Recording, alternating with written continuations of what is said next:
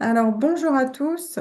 Merci d'avoir pris le temps de vous connecter avec nous aujourd'hui. Ça fait plaisir de voir autant de monde sur cette session-là. L'idée aujourd'hui, c'était de vous parler de la reconnaissance et de la valorisation des soft skills, parce qu'aujourd'hui, vous l'avez bien vu, on est à l'ère de l'IA générative, etc. Et je trouve que c'est important d'arriver à valoriser nos qualités humaines en tant que formateur ou spécialiste de la formation, etc. Donc, l'idée, c'était de vous proposer aujourd'hui euh, un petit webinaire pour pouvoir vous présenter un cas d'usage sur justement comment on peut faire pour reconnaître et valoriser les soft skills. Et j'ai la chance aujourd'hui d'avoir une invitée qui est donc Ingrid, qui est avec nous. Ingrid, donc du coup, tu te décris comme pédagogue facilitatrice certifiée en Lego Serious Play, mais je vais te laisser te présenter si tu veux bien. Oui, bah merci Lucille, merci pour l'invitation et merci à celles et ceux qui nous écoutent. Donc oui, je suis formatrice, j'aime bien dire pédagogue parce que ma passion c'est vraiment la question de la pédagogie, donc depuis très longtemps, plus de 25 ans. Je suis facilitatrice en intelligence collective et je me suis en effet fait certifier à la méthode Lego Serious Play, qui est une méthode assez puissante pour faire de la conduite de changement, de l'accompagnement des équipes sur sur des sujets qui peuvent être parfois complexes. Et je suis spécialisée aussi en ludopédagogie parce que globalement, je trouve que le jeu est un outil incroyable, à la fois pour apprendre et pour conduire des gens d'un point A à un point B. Voilà. Ok. Et est-ce que justement, tu peux me dire un petit peu comment tu es tombée dans cette marmite de la ludopédagogie? Qu'est-ce qui fait que voilà, tu formais, puis un jour, tu es tombée là-dedans? Bah, déjà, à la base, je suis quelqu'un de joueuse, moi. Je suis joueuse depuis toujours. J'ai jamais cessé de jouer. Donc, c'est quelque chose qui est très important dans ma vie personnelle, familiale, etc. Aujourd'hui, j'ai des enfants qui sont adultes et pourtant, je continue à jouer beaucoup, à faire des soirées jeux, etc. avec des amis. Et c'est, en fait, il y a eu des lectures, il y a eu des rencontres qui ont fait qu'à un moment, il y a assez longtemps, hein, j'ai commencé à tester des choses à partir de jeux, notamment parce que dans la toute première partie de ma carrière, je travaillais dans le domaine de l'insertion sociale et que j'avais des publics avec moi qui étaient des publics qui n'avaient pas spécialement aimé l'école et l'école les avait pas beaucoup aimés non plus. Et donc ils avaient un rapport à l'apprentissage qui était difficile, qui était douloureux surtout pour eux. Et donc j'ai testé d'autres choses, hein, c'est beaucoup par itération. Et après, petit à petit, je me suis spécialisée. J'ai rencontré des gens qui faisaient la même chose, ou mieux, ou qui testaient. Et puis voilà, les années passant, ça m'a permis de concrétiser ça. J'ai créé un serious game il y a 3 ans de ça.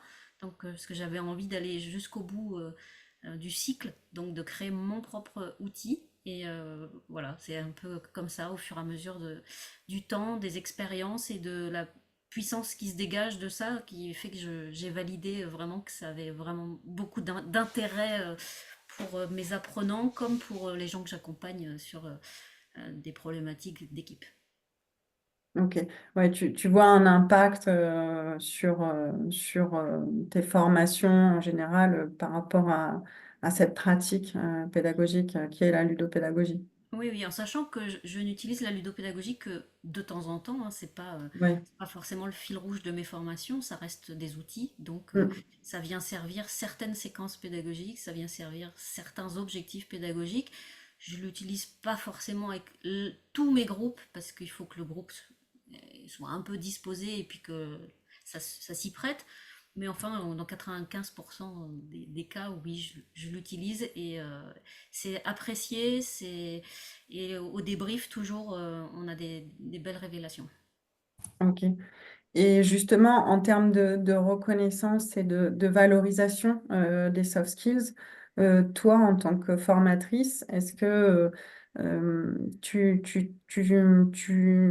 découvres chez toi des soft skills ou tu aimerais qu'on reconnaisse chez toi des soft skills qui font que tu es à l'aise avec cette pratique-là et... Formuler comme ça, c'est compliqué. Je ne sais pas si j'aime Ouais, bien qu'on me le reconnaisse, mais oui, c'est évident que, ne serait-ce que parce qu'on teste des choses parfois complètement en autonomie et sans forcément avoir le bagage théorique à côté, ce qui a été mon cas au départ. Maintenant, j'en ai un peu plus quand même de bagage théorique sur ce plan-là. On développe des aptitudes, on développe des compétences, on développe des postures, des façons d'être, des façons d'interagir qui font partie de la réussite, enfin, du succès d'une formation, d'un accompagnement. Et c'est vrai que ce ne sont pas des choses qui sont reconnues parce que les certifications ou les diplômes classiques reconnaissent plutôt des compétences hard que soft. ouais, les techniques, les compétences Voilà, techniques, exactement. c'est ce qui existe dans les certifications, dans les titres, dans les diplômes en général. Et c'est l'intérêt d'avoir aussi la possibilité de pouvoir utiliser d'autres moyens de valoriser et de reconnaître les soft skills qu'on va voir aussi tout à l'heure. Euh, donc, hop. Alors, ce webinaire vous est proposé hein, dans le cadre du Tropisme Learning Lab. Le Tropisme Learning Lab, c'est un laboratoire d'innovation pédagogique. Et ce laboratoire, donc, c'est un collectif qui s'est assemblé autour de l'innovation pédagogique. Donc, on a en fait Yves Beaumenel qui va représenter Illusion Macadam et le tiers-lieu Altropisme à Montpellier. On a Jean-Baptiste Guillaume de l'agence Insolence. On a aussi le réseau des CMEA. Et puis, il y a moi-même sur la partie donc, formation de formateurs, ingénierie pédagogique et justement les petits outils qui servent à reconnaître et valoriser. Tout ça, c'est un projet en fait de la région Occitanie qui est un projet sur le long terme. Et l'idée, c'est de venir expérimenter, justement, tu parlais d'expérimentation tout à l'heure, Ingrid. L'idée, c'est de venir expérimenter au travers d'événements, d'expériences, etc. On a en fait au Learning Lab quatre portes d'entrée en fait de ces événements-là. On a le socle donc de la pédagogie, euh, puisque le Tropisme Learning Lab s'adresse en fait à des formateurs, des organismes de formation et à toute la galaxie en fait potentiellement intéressés par le fait de former, transmettre et donc augmenter leur impact. On a le socle numérique, le socle facteur humain et le socle des pratiques pédagogiques. Et dans ce socle des pratiques, eh ben, on a justement la ludopédagogie que Ingrid représente fort bien aujourd'hui. Ça, c'est donc l'idée de la pédagogie augmentée et d'avoir ces quatre portes qui vont nous permettre de créer des événements au Tropisme Learning Lab ou de créer des événements en ligne, comme celui d'aujourd'hui. On a proposé, donc je vous montre un petit peu les événements qu'on a proposés. On a proposé plusieurs événements, notamment un événement sur le métaverse avec une démo sur un outil de métaverse qui nous a permis bah, de tester, encore une fois, hein, c'est quoi un métaverse, comment on fait pour se balader là-dedans, à quoi ça peut nous servir, nous, en tant que pédagogues. On a donné une conférence, enfin Denis Christol a donné une conférence sur l'apprenance, une conférence qui a été traduite en langue des signes.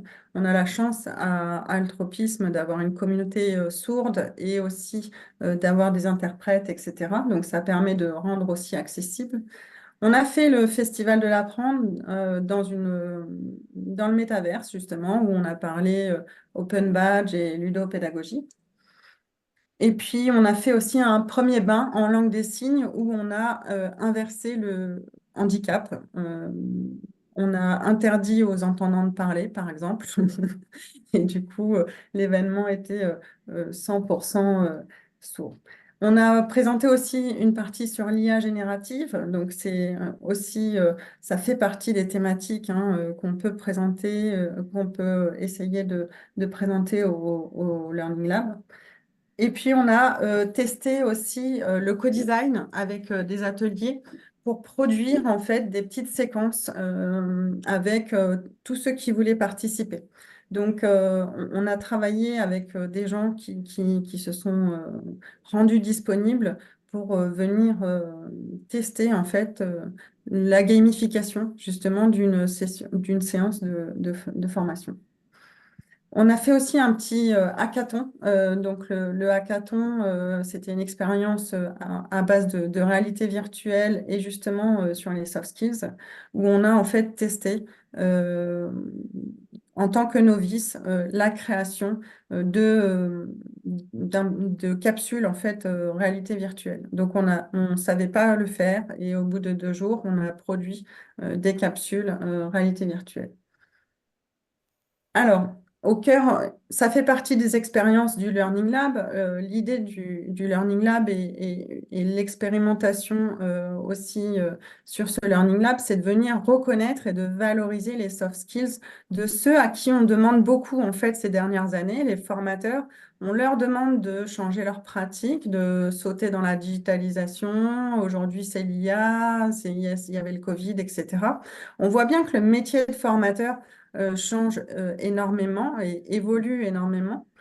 Et bah, finalement, ceux qui montent dans le changement, comme toi, Ingrid, par exemple, qui me dit, bah, moi, j'ai fait preuve de curiosité, je suis montée dans la ludopédagogie, j'ai testé par moi-même, etc.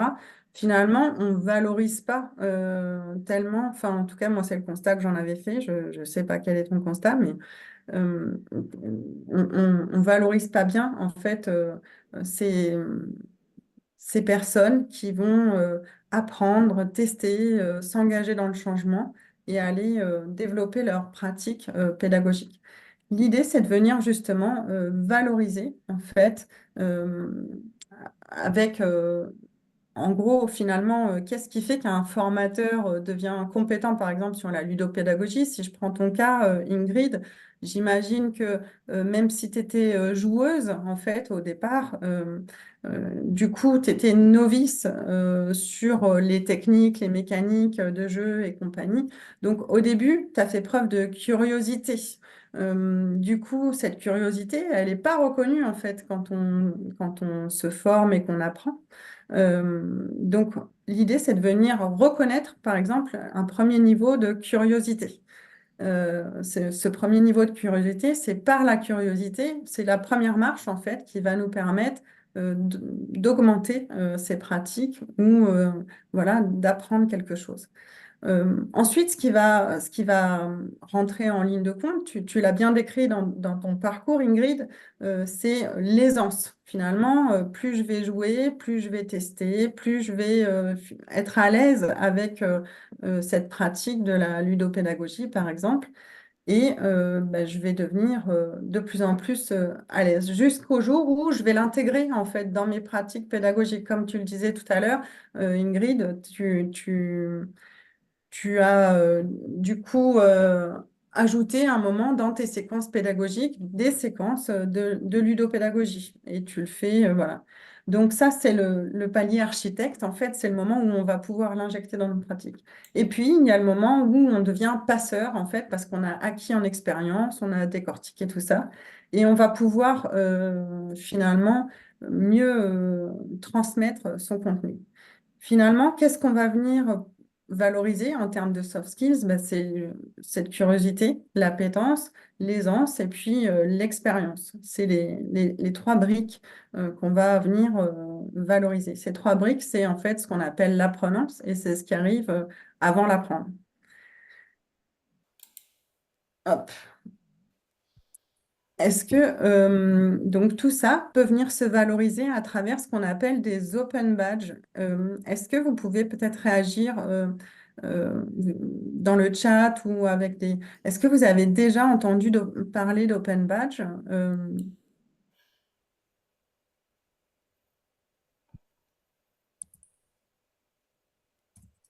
Ingrid, est-ce que tu avais déjà, toi, entendu parler d'open badge? Bah, en fait, j'avais vu passer des ressources, enfin j'avais lu des choses dans ma veille, mais c'est vraiment par toi en fait que je me suis intéressée plus spécifiquement à ce que c'est, parce que tu le portes bien, ma foi. Et du coup, c'est dans les échanges avec toi que je me suis vraiment dit, mais maintenant il faut que je passe de ça a l'air vraiment intéressant et pertinent pédagogiquement et même pertinent humainement parlant, hein, tout simplement humainement parlant. Il faut que je me lance. Voilà. Ah, je vois qu'il y a des réactions dans le... Ouais, il y a des réactions, il y a pas mal de oui, j'en ai entendu parler, mais je sais pas très bien à quoi ça sert. Euh, Il y a même une expérimentation à l'université de Limoges, je vois. ouais, oui, oui, donc c'est une pratique qui commence à se répandre, hein, qui se répand doucement mais sûrement. Mm. Et l'open badge, oui, on pense souvent, alors là je vois dans les commentaires, on pense souvent à les utiliser, en tout cas dans les cas que j'ai vus, on pense souvent à les utiliser pour les stagiaires, mais rarement finalement pour les formateurs. Euh, alors, j'essaye de lire en même temps, c'est vrai que c'est pas simple. Euh, donc c'est vrai que les open badges c'est pas hyper récent en fait, hein, parce que ça existe depuis 2010. Ça avait été lancé par Mozilla en 2010. Et c'est vrai que bon, on en entend parler, mais je vois qu'il y a du territoire expérience avec des partenaires. D'accord, super. Bah, du coup, il y a pas mal d'expériences. Est-ce que justement, si on réfléchit un peu plus à cette partie sur les formateurs, euh, j'aimerais vous demander en fait à tous ceux qui sont présents, est-ce que donc vous pourriez juste, hop, vous voyez toujours le partage d'écran, hein? Oui, oui. Sinon, je vais vous envoyer le lien. Hop.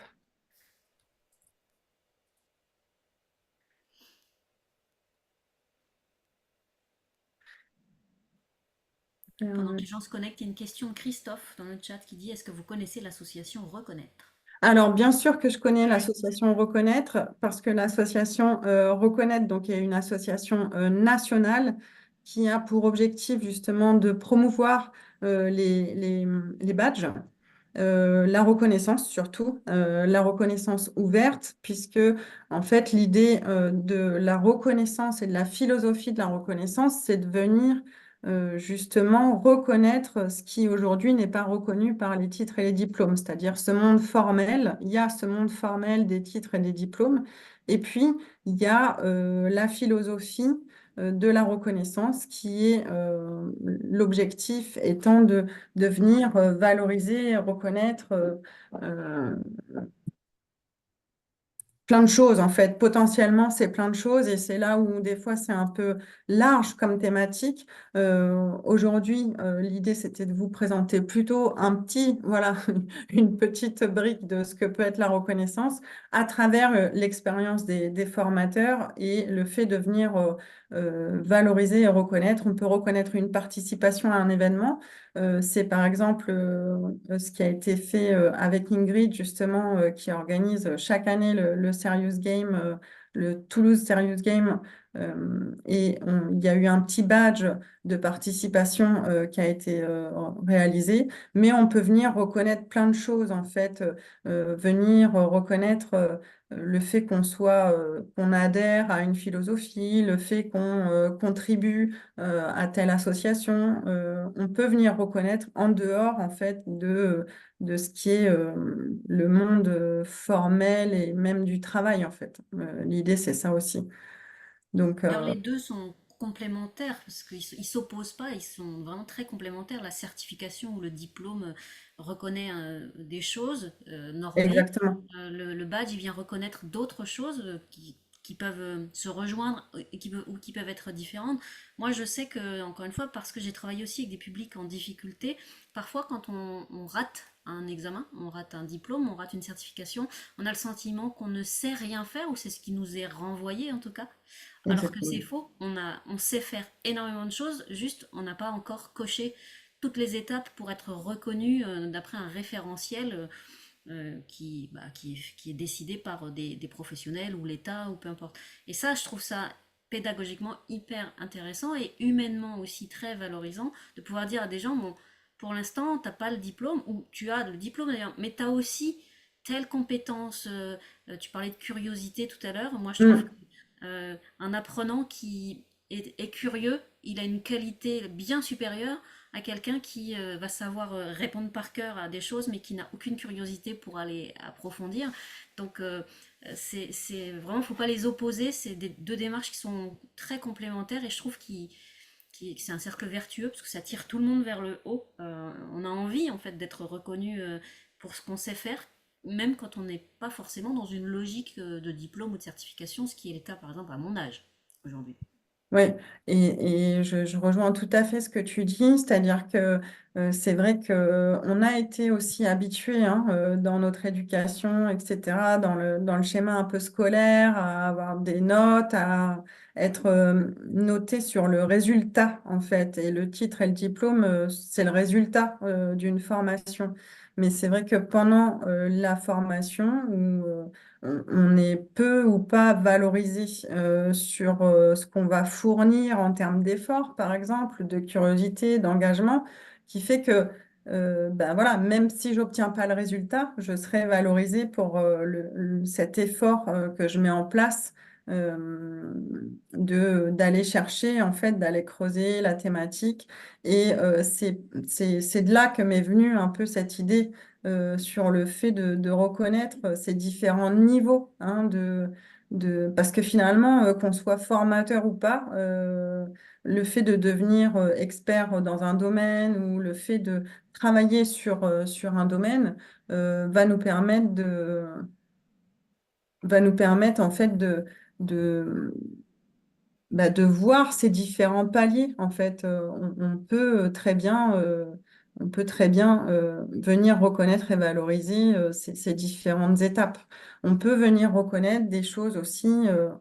Alors, je vois qu'il y a des messages qui arrivent entre-temps. Non, Un mais on petit peu. pourra les traiter après si tu veux. Ouais.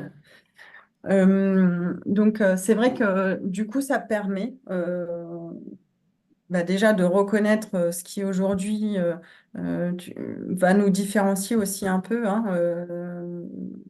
parce qu'on le voit bien avec cette arrivée de l'IA, etc.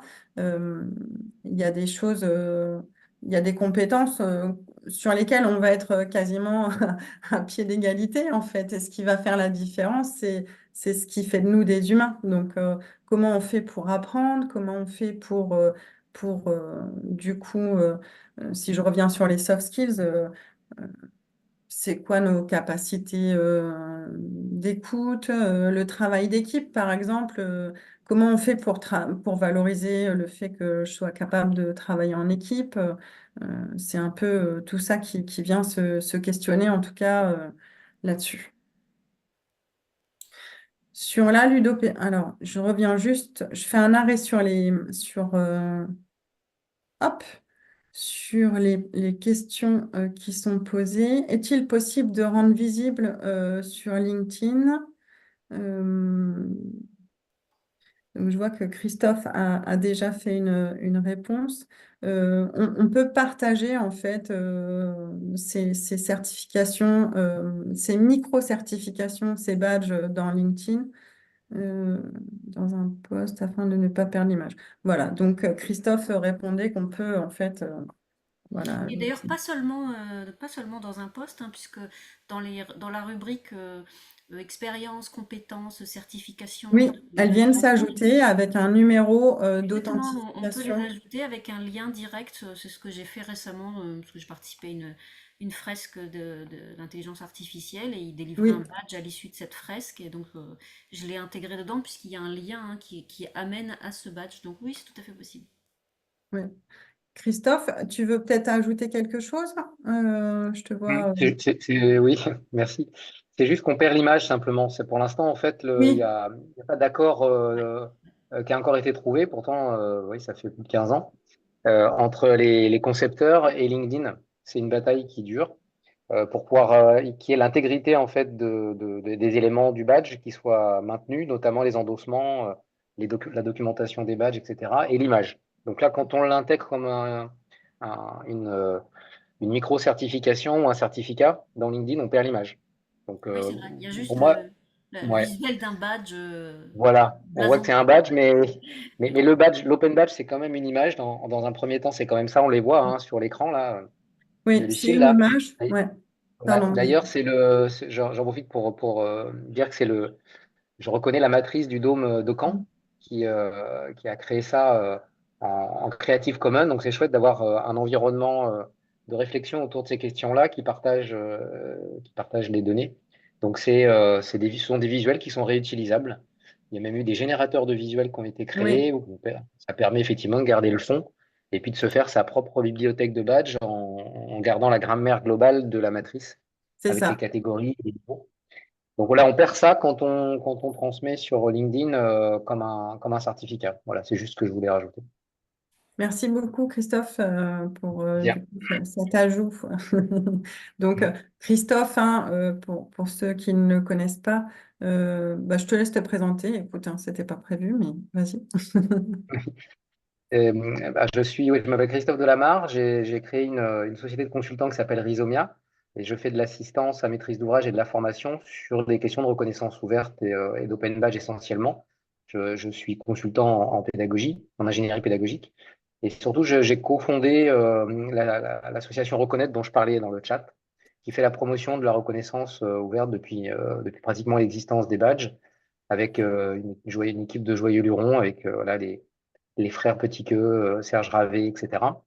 Il y a pas mal de gens maintenant qui interviennent dans les régions au sein de ce qu'on appelle les badgeons. Donc Badgeon l'Occitanie vient de voir le jour avec une équipe dynamique qui a organisé le forum des Open Badges cette année. Donc voilà, ça s'organise tous les ans. Donc ça sera l'année prochaine en Bretagne.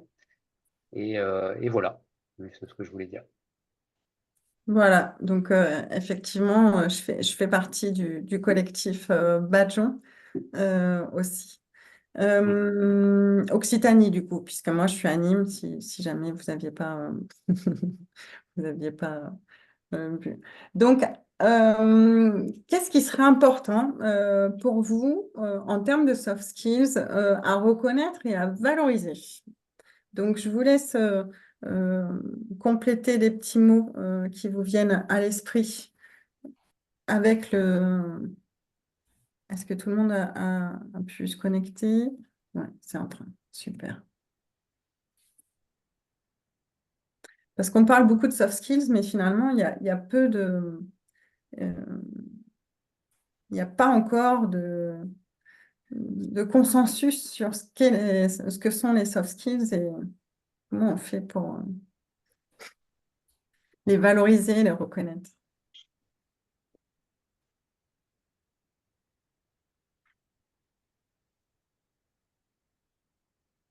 La créativité, l'entraide, la curiosité, l'écoute,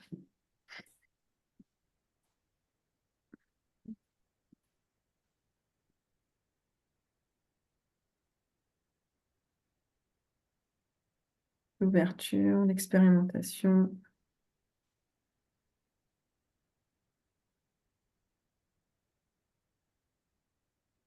Hop, ça bouge encore. Mhm. Oser sur l'audace. L'adaptabilité, ouais. Ça, l'adaptabilité fait partie hein, des soft skills, un peu dans le top 10 des soft skills.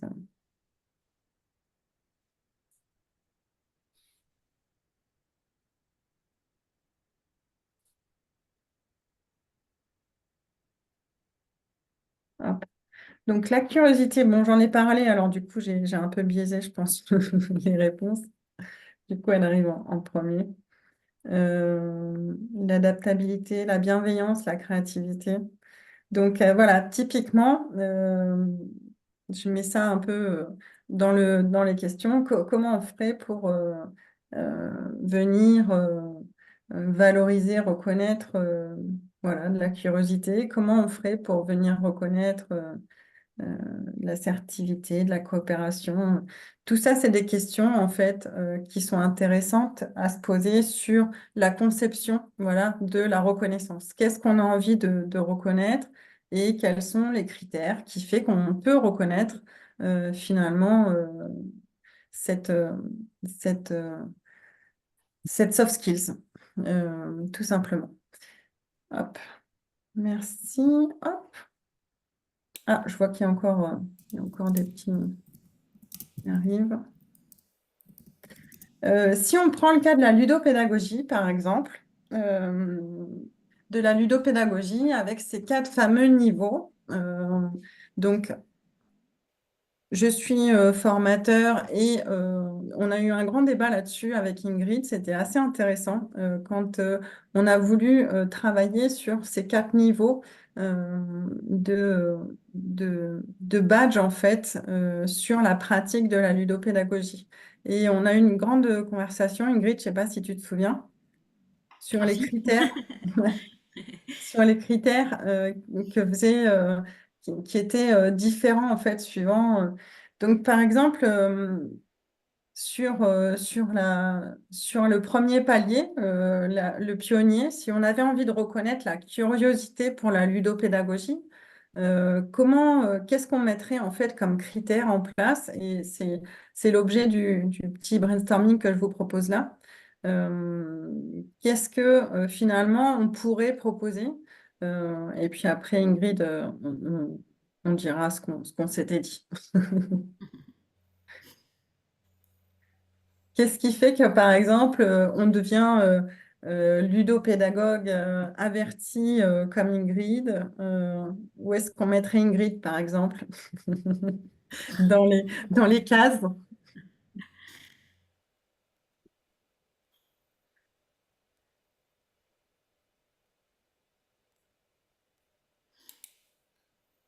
Alors, la curiosité, ouverture, retour d'expérience.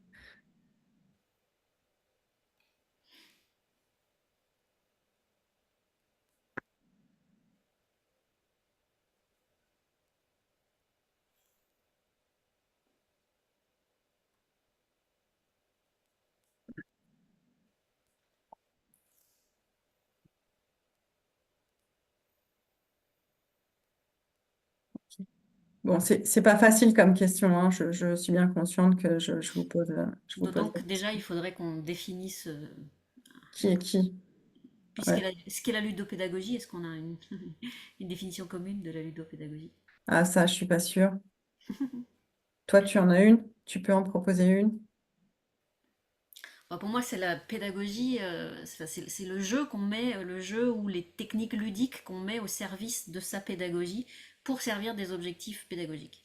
Donc, dans la ludopédagogie, j'intègre autant le fait d'utiliser un jeu dans la formation que de mettre en place des artifices qu'on va plutôt classer dans la gamification, qui viennent du milieu du jeu, mais qui ont pour but de faciliter l'atteinte des objectifs pour les apprenants en leur proposant une approche différente, une posture différente, une immersion différente. Mais c'est assez large, hein, là, c'est assez vaste la question de la ludopédagogie. Mais il y a, je regarde là ce que les gens écrivent, il y a effectivement une histoire de scénarisation, il y a une histoire de tester des jeux, de, de faire participer, de concevoir, il y a un peu tout ça. Oui. Ouais. Et donc, sur la partie, par exemple, pionnier, quand je découvre la ludopédagogie, euh, ça ça paraît assez simple de se dire, bon, bah, quand je découvre, c'est que je connaissais pas, par exemple, ou je connaissais dans un autre cadre, euh, et je vais faire preuve de curiosité. Donc, c'est quoi faire preuve de curiosité, par exemple? Ça va être lire un article dessus, ça va être regarder un webinaire qui en parle, échanger avec d'autres formateurs qui utilisent des jeux ou des outils ludiques et dire ah ouais, tu vois, tu fais comme ça, d'accord, bon, je m'y intéresse en fait, je découvre. euh, J'en suis encore à la phase, bah, comme l'IA générative quand elle est arrivée il y a 2 ans. C'était Ouais, ah, qu'est-ce que c'est que cette chose? Tiens, je vais lire des trucs. Ah, toi, t'as déjà essayé, d'accord, et alors, t'en penses quoi? Enfin, on est dans le questionnement beaucoup, dans ouais. la découverte écrite, visuelle, auditive, de la découverte. Ouais. Ouais, la découverte du sujet, le fait de là, dans ce que tu décris, il y a le fait d'aller faire une première action, en fait, en autonomie, c'est ça, Oui, voilà. ou qu'elle nous arrive, des fois c'est Ouais, l'environnement qui nous amène à découvrir quelque chose, et souvent on est proactif parce qu'on a entendu parler de quelque chose et donc on se dit tiens, qu'est-ce que c'est? Je vais me renseigner, donc on peut en effet avoir plusieurs canaux aujourd'hui, physiques ou numériques, pour assouvir cette curiosité-là. ouais. Euh, du coup, ce que j'ai pas précisé non plus, et qui est hyper important dans la philosophie de la reconnaissance, c'est qu'on n'est pas sur on n'est pas sur une évaluation en fait, on est sur un système de la confiance. Donc le badge peut aussi être délivré juste, il y a quelqu'un qui l'a mentionné, juste déclarer que le sujet m'intéresse en fait. Et le fait que je déclare, voilà, je demande le badge, bah, j'ai découvert, suffit en fait à prouver ma curiosité aussi, enfin, à attester de, de ce statut-là. Il y a vraiment ce rapport à la confiance qui n'est pas du tout le même en fait dans le système des open badges que dans un système classique, on va dire, d'évaluation formelle où on est sur une évaluation descendante. Bien souvent, c'est quelqu'un de l'extérieur qui va venir te décerner en fait le titre ou le diplôme. Par contre, sur le système en fait de la reconnaissance et les open badges qui sont au service de la reconnaissance, il y a ce grand principe de confiance et de pouvoir d'agir de la personne. Donc, c'est la personne qui va, les trois quarts du temps, faire la demande du fait d'être reconnue et valorisée. Euh, et donc, voilà, juste déclarer que le sujet l'intéresse, ça pourrait suffire, en fait, en termes de critères pour déclencher un badge. J'ai fait preuve de curiosité, quoi. Mm. Après, on avait eu un grand débat, justement, sur les deux autres niveaux, explorateur, architecte. Et je me souviens, on avait échangé un moment, Ingrid, sur cette différenciation entre les deux niveaux. Puisqu'il y avait une histoire d'aisance et de complexité en fait du sujet. Tu te souviens? Mhm. Bah, ça reste compliqué à déterminer. Enfin, il y a une part de subjectivité dans l'expérience aussi. En tout cas, quand on a conçu le badge pour Serious Game Toulouse. Ouais, Je parle pas, je parle en mon nom, hein, je parle pas oui, en oui. général. Hein. Euh, oui, c'est qu'est-ce qui fait qu'on est explorateur, qu'est-ce qui fait qu'on est architecte, qu'est-ce qui détermine que ça suffit à passer un cran, entre guillemets. Donc oui, oui, on avait débattu de ça. Euh, c'est comme quand moi je forme des formateurs Ouais, à la ludopédagogie, la question du niveau, elle se pose. C'est qu'est-ce qui fait que, enfin, par quoi je vais commencer en fait? Est-ce que je vais démarrer directement par la conception d'un serious game? Bon, moi souvent je dis aux gens non, je vous ça dépend de déconseille. la culture aussi de jeu Oui, au je vous démarrage. déconseille de démarrer par ça. Après, Ouais, si vous avez envie, faites-le. Mais il y a peut-être des étapes que vous pouvez franchir. C'est déjà de tester des choses qui existent sur le marché. Vous pouvez détourner des petits jeux que vous connaissez vous en tant que joueur personnel et voir en quoi ils servent vos objectifs pédagogiques, en quoi ils sont adaptés à votre public. Peut-être que vous pouvez commencer à concevoir votre propre séquence. Encore une fois, l'idée c'est quand même de beaucoup procéder par itération, enfin, itération, débrief et amélioration, parce que si on fait, si on utilise toujours les mêmes outils, mais qu'on se pose pas la question de est-ce que ça marche vraiment, est-ce que ça marche pas, est-ce que ça m'a fait progresser, est-ce que ça a fait progresser mes apprenants, ça sert pas à grand chose.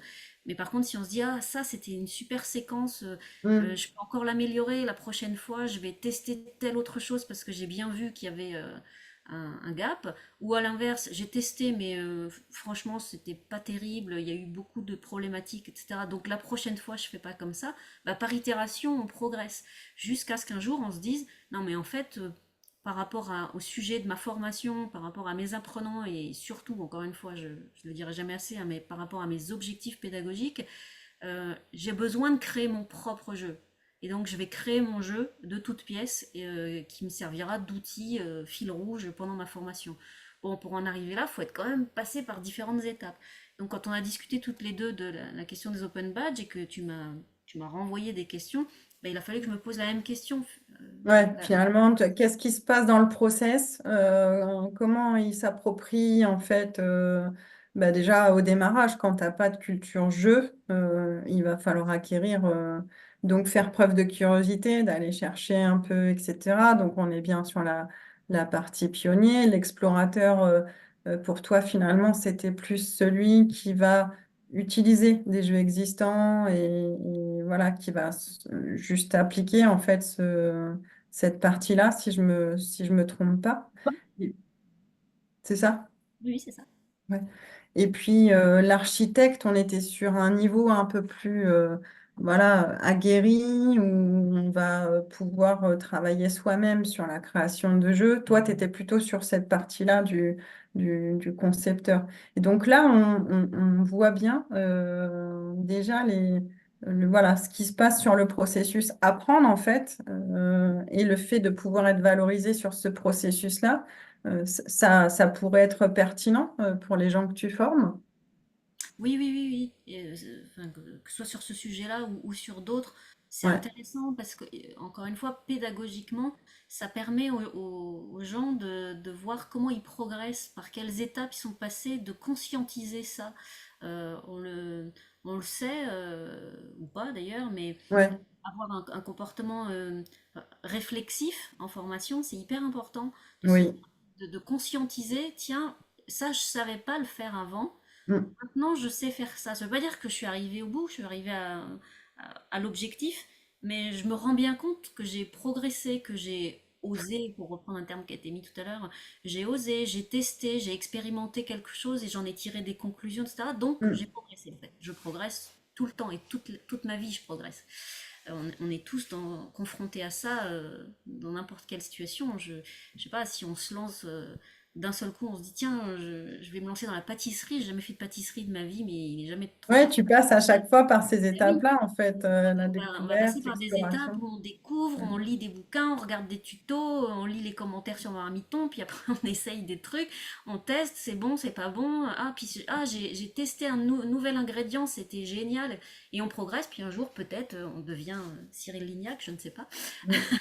Mais en fait, dans l'idée, c'est ça, c'est de se dire, on permet aux gens de conscientiser qu'ils Ouais, progressent et que pour aller encore un peu plus loin, ils peuvent passer d'autres étapes. Et donc là, sur pionnier, explorateur, architecte, passeur, ça permet d'avoir un minimum de références sur mhm. qu'est-ce qui me manque pour passer de pionnier à explorateur, comment je deviens architecte, comment je deviens passeur, même si tout ça peut être aussi à la base discuté, puisque c'est celui, enfin ça je vais te laisser l'expliquer, mais c'est celui qui crée le badge qui détermine ce qu'il y a C'est dedans. ça.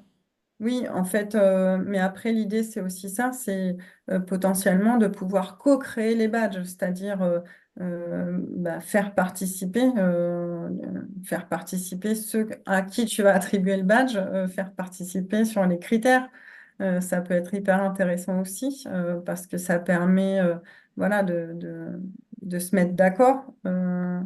Parce que bah, peut-être que dans leur univers à eux, la ludopédagogie, il y a d'autres choses. Enfin, tu vois, finalement, ça peut être intéressant. Le badge, il a aussi une force par rapport à un titre ou un diplôme qui est statique dans le monde formel. C'est que le badge, il est évolutif et dynamique, en fait. C'est pas quelque chose qui va être statique comme un titre ou un diplôme. Donc, tu peux très bien avoir des critères à un moment donné, puis venir les modifier au fur et à mesure aussi. Euh, et donc faire évoluer, tu vois, les reconnaissances et les certifications au fur et à mesure. Ça nous fait un bon petit tour là. Merci, merci à tous sur cette partie de pionnier. Est-ce que peut-être vous avez des questions déjà par rapport à ce qu'on vient de se dire? Est-ce qu'il y a des... J'ai pas regardé dans le chat. Non, non, là c'était plus sur la question des critères justement. Céline qui demande du coup, est-ce que le passeur est-il expert? Eh bien justement, on avait une grande question là-dessus, c'était assez rigolo, sur ce passeur qui fait que finalement, quelqu'un qui est au niveau explorateur pourrait déjà commencer à expliquer des choses à quelqu'un qui est pionnier. En fait, le passeur, il n'est pas forcément un ultra expert. Je ne suis pas Cyril Lignac, mais je peux expliquer une recette de cuisine à quelqu'un, par exemple. Donc, le passeur, oui, c'est une bonne question sur l'expertise. Et en tout cas, ça fait partie des choses sur lesquelles on peut se questionner. À quel moment je deviens passeur? Est-ce que je peux être un passeur explorateur? Est-ce que je peux être un passeur architecte? Euh, D'ailleurs, comme tu disais, c'est dynamique, donc on- on repasse par différentes étapes tout le temps. Enfin, moi, je m'y connais bien en ludopédagogie, je m'y connais ouais, assez bien en serious game, je m'y connais parce que j'aime ça, parce que je teste des choses. Mais ouais, il y a des fois, je retourne en mode pionnier parce que je viens de découvrir un nouveau quelque chose. concept, je viens de découvrir une Ouais, nouvelle façon de faire, et je retourne à pionnier, et je me dis, et ben voilà, et puis après, je vais aller explorer, et puis je vais tester des choses, etc. Donc, c'est un processus continu et c'est ça qui est beau. Et c'est pour ça que je trouve que c'est dommage que les open badges soient pas encore assez développés, mais ça va venir. Parce ouais. que ça ne fait que valider ce qui se passe dans nos vies tout le temps. Tout le temps, on passe par des phases où je connais peu de gens qui se reposent sur leur laurier. Une fois qu'ils sont experts à vie. Ben non, tout change, tout Ah ben arrive. là, en plus, ça va très vite, ouais, ouais. Donc voilà, moi je peux être considérée comme passeuse sur un sujet et puis pionnière sur un autre parce que c'est dynamique. Voilà. C'est ça. Euh, une proposition, dès qu'on peut apporter quelque chose à quelqu'un, donc en fonction de chaque... oui, ça pourrait être un des critères, Laurence, donc qui dit que finalement, si je comprends bien, hein, passeur, ça pourrait être le critère dès qu'on peut apporter quelque chose à quelqu'un en fonction de chaque interlocuteur et chaque situation. Donc ça pourrait être aussi quelque chose de plus large en fait sur le critère. Mm, mm. Oui, oui, c'est exactement ça. Excusez-moi, je ne peux pas mettre ma Oui, caméra oui, à tout le monde. Oui, c'est exactement ça. On peut toujours être l'élève de quelqu'un ou devenir apporter quelque chose à quelqu'un par rapport à un savoir qui n'est pas forcément une grande expertise.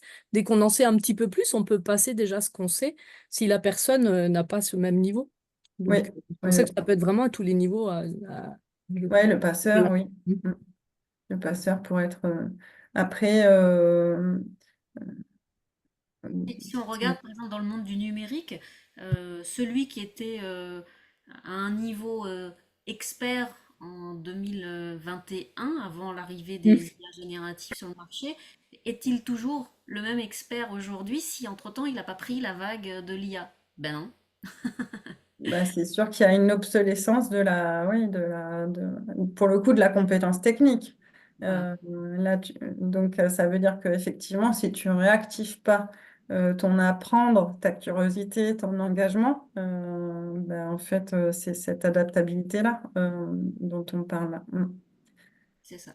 C'est pour ça que tu disais à juste titre, c'est une histoire de d'apprenance. C'est comment en permanence on est dans un cycle continu où on va passer par différentes étapes et c'est bien qu'on nous les reconnaisse ces étapes-là puisque c'est ce qui fait de nous des gens agiles, etc. Et ça peut même aider sur le marché de l'emploi, hein, à défaut de pouvoir tout le temps repasser des certifs ou des diplômes, de dire mais moi je suis allé explorer ça, moi maintenant, enfin j'ai été très curieux de ça, je sais faire ça. Mm. Ça prouve bah, qu'on a des soft skills et qu'on a des skills tout court d'ailleurs qui peuvent être intéressantes dans un nouvel emploi, dans une nouvelle fonction. Enfin, voilà. Oui, ça permettrait, en fait, j'en ai pas parlé non plus, hein, mais dans l'open badge, on va pouvoir aller ajouter des éléments dans son badge pour venir collecter en fait ces expériences au fur et à mesure, ce qui permet d'alimenter en fait ce système de la reconnaissance. Après, j'en ai pas parlé non plus, mais en fait, dans le système, on va pouvoir demander aux gens de venir, on appelle ça endosser, alors c'est pas très joli comme mot, mais c'est un peu recommander voilà, telle ou telle compétence. Euh, ou voilà, reconnaissance, on va demander aux autres de nous reconnaître. Donc ça permet d'avoir ce système un peu à 360 de reconnaissance autour des open badges. Je vois qu'il y a une question qui est arrivée de Claire. Je ne suis pas sûre d'avoir bien compris, Claire. Est-ce que ce serait possible de me l'expliciter un peu plus à l'oral, s'il y a un micro?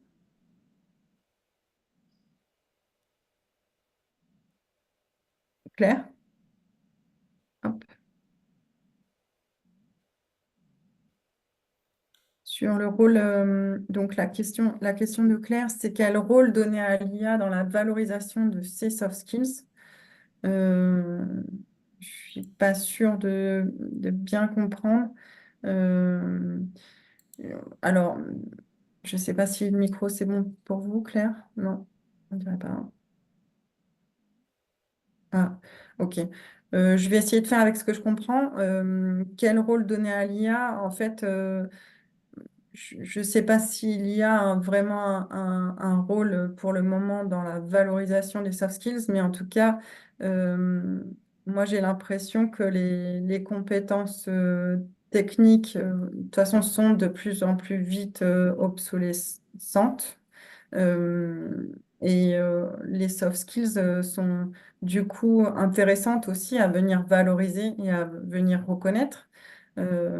Là, le timing IA, en fait, c'est plus le rôle du timing de l'IA, j'ai l'impression, qui fait que les soft skills, on en parle de plus en plus, parce que bah, il y a ce truc un petit peu dichotomique, moi j'ai l'impression, entre les compétences techniques et aujourd'hui, on sait bien, en fait, certifier, évaluer les compétences techniques, mais finalement, on n'a pas de système de reconnaissance et de valorisation des soft skills. Donc, je ne sais pas si ça répond à la question. Je ne sais pas ce que tu en penses, peut-être Ingrid, si tu veux ajouter quelque chose sur cette question.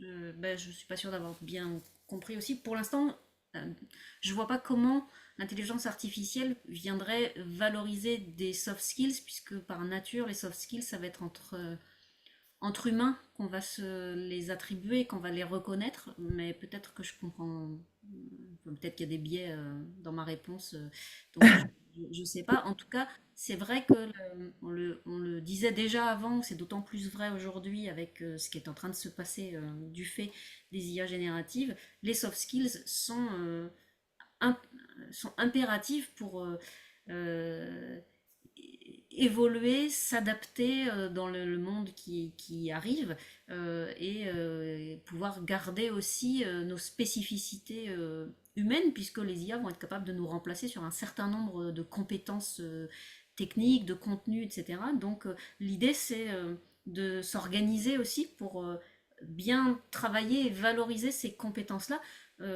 Une des compétences pour moi hyper importantes à notre époque, je l'ai toujours pensé toute ma vie, mais a fortiori aujourd'hui, c'est l'esprit critique. Savoir activer son esprit critique pour pouvoir Mm. discriminer des informations, etc. Bah ça, c'est vraiment une compétence qui est ultra nécessaire et donc qu'il faut pouvoir reconnaître. Mais comment la reconnaît-on? Ben, par exemple, avec des badges. Ouais, alors Claire a complété. D'accord, merci pour votre réponse. Je me demandais si certains aspects de l'IA pouvaient favoriser la mise en avant des soft skills, que ce soit dans les badges. Alors, il n'y a pas d'IA, enfin, je, je- pas à ma connaissance en tout cas. Je ne sais pas comment l'IA pourrait mettre en avant les soft skills. Alors, c'est peut-être possible, hein, il y a sans doute des outils, plus recrutement, choses comme ça, qui intègrent déjà peut-être l'IA pour aller chercher les soft skills. En tout cas, dans le système de reconnaissance, il n'y a pas de, il y a, il y a pas de croisement en fait aujourd'hui entre l'IA et les outils qui permettent de reconnaître et de valoriser. je L'heure, pense. il faut peut-être juste terminer sur deux, trois points sur comment on se lance. S'il y a des questions aussi dans le chat, n'hésitez pas à les poser maintenant. Ouais.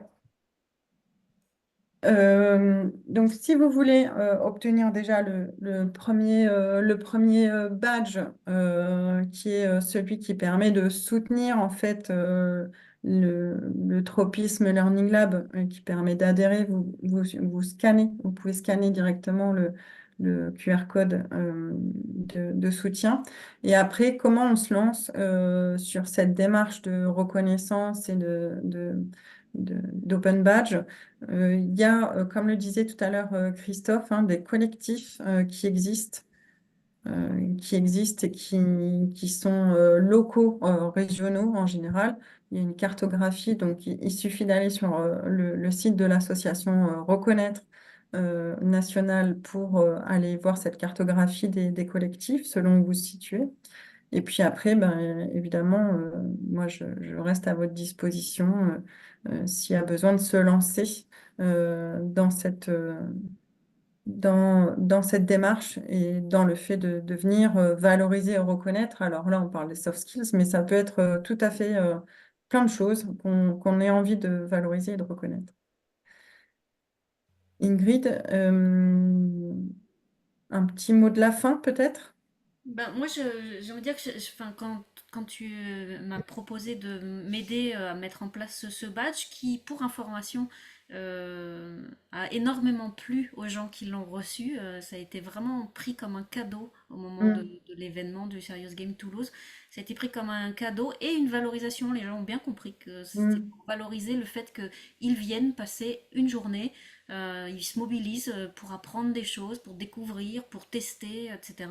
Moi, ça m'a donné extrêmement envie, en tant que formatrice, d'en mettre en place plein d'autres, des badges, parce que c'est hyper important pédagogiquement et humainement, encore une fois, d'accompagner les gens dans leur progression et dans la reconnaissance du fait que ils sont tous des gens qui progressent, qui sont en mouvement, après avec des rythmes différents, ce qui permet de sortir parfois du stress, de la pression, de la certification, du diplôme, qui ne reconnaît qu'une partie d'une compétence, mais qu'une partie seulement. Et donc je trouve que ça complète une grosse partie du puzzle, en fait, l'open badge par rapport à notre culture, surtout qu'en France, on reconnaît beaucoup les gens à leur diplôme, Mm. alors que moi, je pense qu'on devrait surtout reconnaître les gens à ce qu'ils sont et aux compétences et à leurs compétences interpersonnelles. Donc, à titre personnel, en tant que formatrice, je suis hyper convaincue que c'est un outil puissant pour accompagner nos apprenants et moi, en tant qu'apprenante, je suis hyper convaincue que c'est motivant aussi. Donc, j'invite plein de gens à s'intéresser à la question et à se dire, ok, et moi aussi, je vais peut-être me lancer dans les open badges. Voilà. Merci en tout cas, Lucille, de Un m'avoir grand merci à toi, Ingrid. guidée cette aventure-là parce que ça m'a mis un pied dedans, quoi. Un grand merci à vous tous.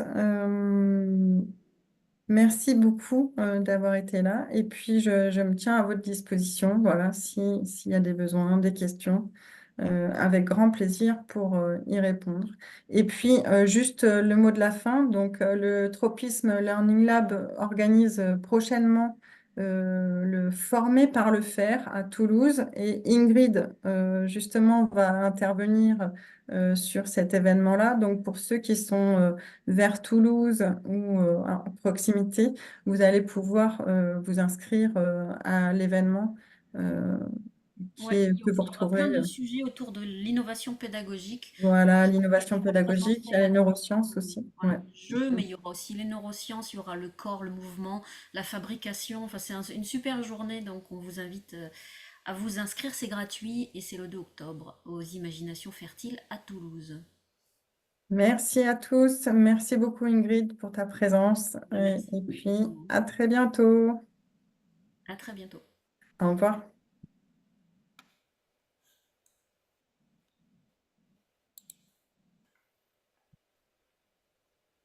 Tu peux couper l'enregistrement. Ouais.